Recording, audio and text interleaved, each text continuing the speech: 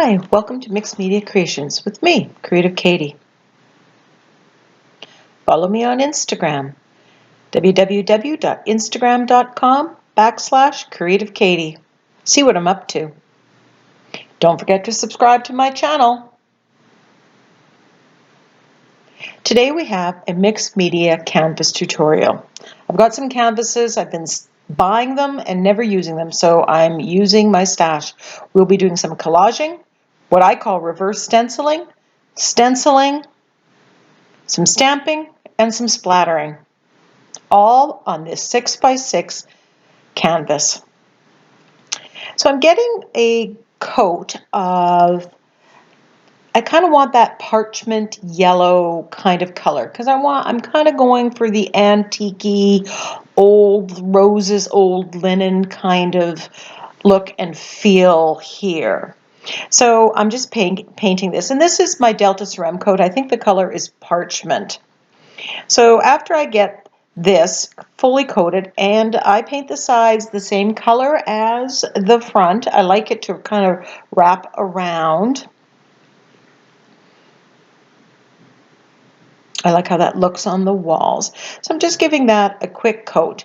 Now once it's dry, I'm thinking it's a little too yellow, so I decide to get some white, and I did put just a smidge of the parchment in there, but I'm just putting this over top of this. And my goal here, honestly, was to just put the white on it and make it a little bit whiter, not so yellow. It was just too much. And then I thought to myself, what would happen if I took this stencil and removed that white paint through the stencil? I'm calling this reverse stenciling. Now I've seen other people doing this, so this is not something I came up with, but it's not something I use often, especially with acrylic paint. But I thought, oh, I have this Crafter's Workshop Art is Stencil. And I thought that would be an interesting way to get some script on it. Wasn't really expecting too much, but I loved it so much. You will see me be doing this technique with other stencils. Now my goal is not to be able to read this or anything like that. Now I have these napkins, and I cut out or ripped out two of these roses, but I'm thinking I need another one. So I thought I'd just quickly demo. Now with a napkin, usually there are 2 or 3 layers. So that way you saw me, the first layer came right out, and then you just kind of peel back the other layer. Now what you need to do when you're peeling it back is just dampen your finger a little bit, and that usually gets it going. Sometimes it comes easy, like you just saw me doing it on the video, and sometimes it's a real hardship. So I'm just ripping. Now the background that I'm using on this canvas is lighter, so the edges are going to just quickly meld into this. So it's not so necessary for me to cut them and get it all removed. If you saw a previous video where the background was burgundy, it does show up if there's an edge. So now that I have the background is dry, and I'm toying with the idea of using this vines stencil with these roses.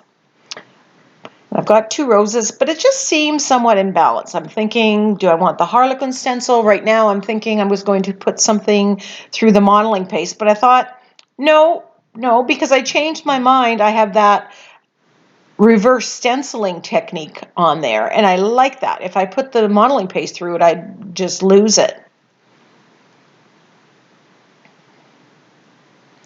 So I put these roses here, when I'm unsure if I'm going to put words on here. Now this stencil is like another Crafter's Workshop stencil, and it's called Big Wreath. And while it is a Christmas stencil, it's foliage. I can use this on anything else. So, look at your stencils for more than what they are. You can use part of it. Now in the corner they have this one little branch. I could mask out everything around it in the wreath if I needed to, but I've got this branch right here. So I'm grabbing some Delta Ceramic coats, and a green color I think is going to work. And using a makeup sponge and stamping it off, you want less paint. Now, lesson learned, try the color on a different thing before you do it right onto your canvas. Do you see how that color, the green is just not the right color. So then I did grab another color of paint. I think it was my Hooker's green, and I stenciled over it. But you see the one darker one? That is, I think I put the Hooker's green on top of what you saw me doing. You'll see me address that later. After I put a few branches on here, I decided I needed some more. Now, I'm not trying to make this perfectly opaque. I like that there's dark parts and lighter parts on the stenciling. The key with stenciling is less paint, maybe mixing colors. And I'm, still kind of arranging where I want these. I love these roses. And for me, I mean, you've seen my finger paint roses. I'll put a link to that video. They're very pretty and everything. But I can't paint realism. So this branch, because it's just really showing through the napkin. So I'm just taking some white paint and the parchment color paint and just pushing it back. This will be covered by the napkin, so you're not going to see this splotch. So I don't have to be too careful, because if it's white, it's not going to show. Then midstream I decide, oh, I want more script, and I love this script stamp. I'll put a link to it in the description box, and you can go to that link or go through my Amazon store and see pictures of the items. And I'm just putting on brown acrylic paint.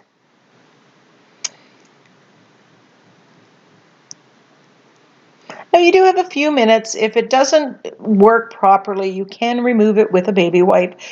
It's always good to have a baby wipe ready, and there I go, because it just wasn't quite neat enough. I find the first couple stamps, when I stamp with acrylic paint, I never get it right. I should just learn to do that on a separate paper. I just want a little bit more. My goal here is to really create kind of a vintage looking background, kind of like old wallpaper. And it really does. I mean, this finished canvas is something that you see in a Victorian household, I think. Now, it didn't get caught on camera, but those, the green, oh, maybe I haven't done it yet, but I did kind of wrap them around the outside. And so I'm putting the stamping on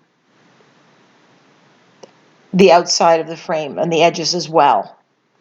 I didn't do the art is one because it was too difficult with the big stencil. I actually would prefer to have bought the small stencil of the art is. And I'm just spraying that with my Murphy soap mixed up and setting it aside so that I'll be able to clean it up later. Now here I go, stenciling this green, and unfortunately it's off camera. Hopefully we get some of this on camera. But I'm wrapping it around, and you can understand why this is particularly difficult because, oh, there we go. We got some of it on camera, thankfully.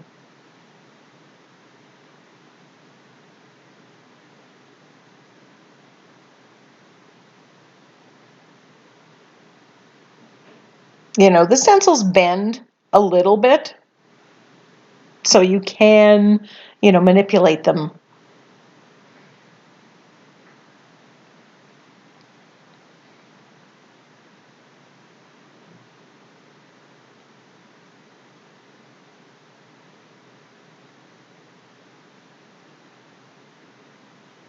I think I was enjoying stenciling. I may have gotten carried away with it and made for a very busy background.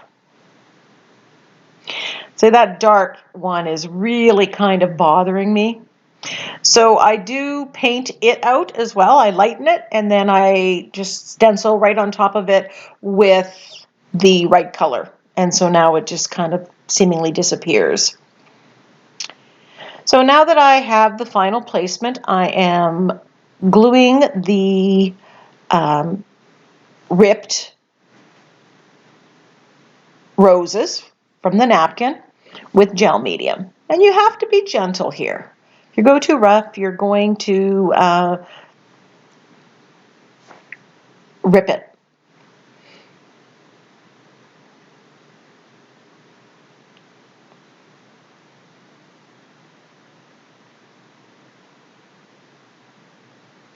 And I'm wrapping it around the outside edges as well.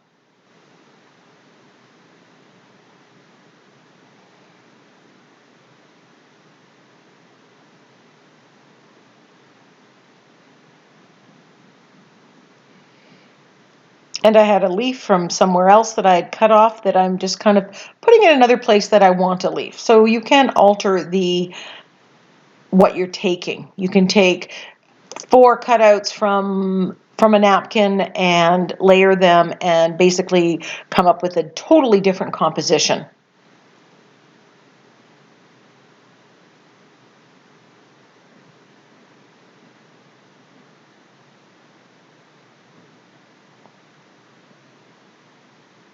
If you want to fussy cut, I recommend not doing it like I just did it.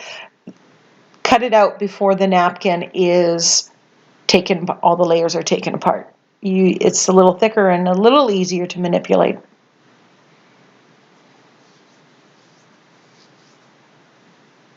And some of the roses I want more on here. Some of them I want, kind of almost falling off the canvas.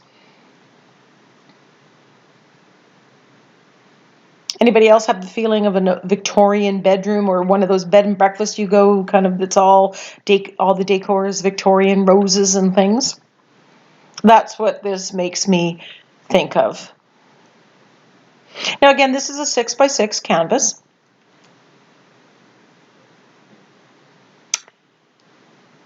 And just to tie everything over, I'm using some of the brown paint and,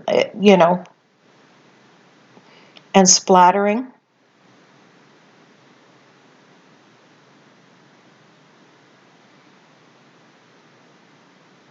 Taking the time to dry it before I decide to splatter on the sides. Splatters take a little longer to dry, and I've smeared enough splatters.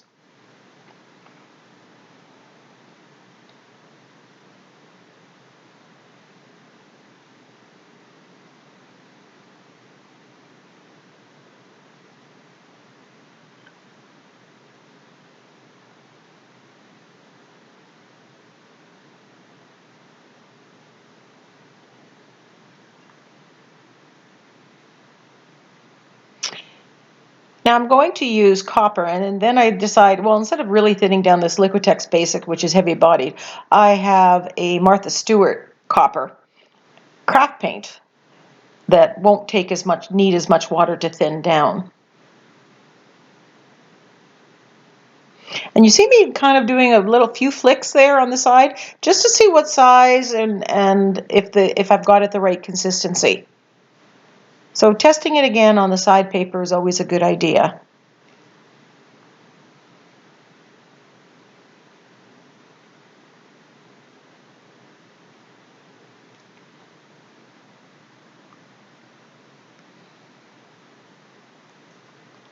Now I'm unsure whether I'm going to put a sentiment on here. I'm thinking I can get out my Silhouette Cameo and cut out a word using some of those script fonts that I like. I'm thinking this is reading very busy, and I'm thinking the weight of a brown word will almost act as the focal point and just kind of push back the busyness. But I'll be honest, I don't know right now, at this point in time, what I'm going to do.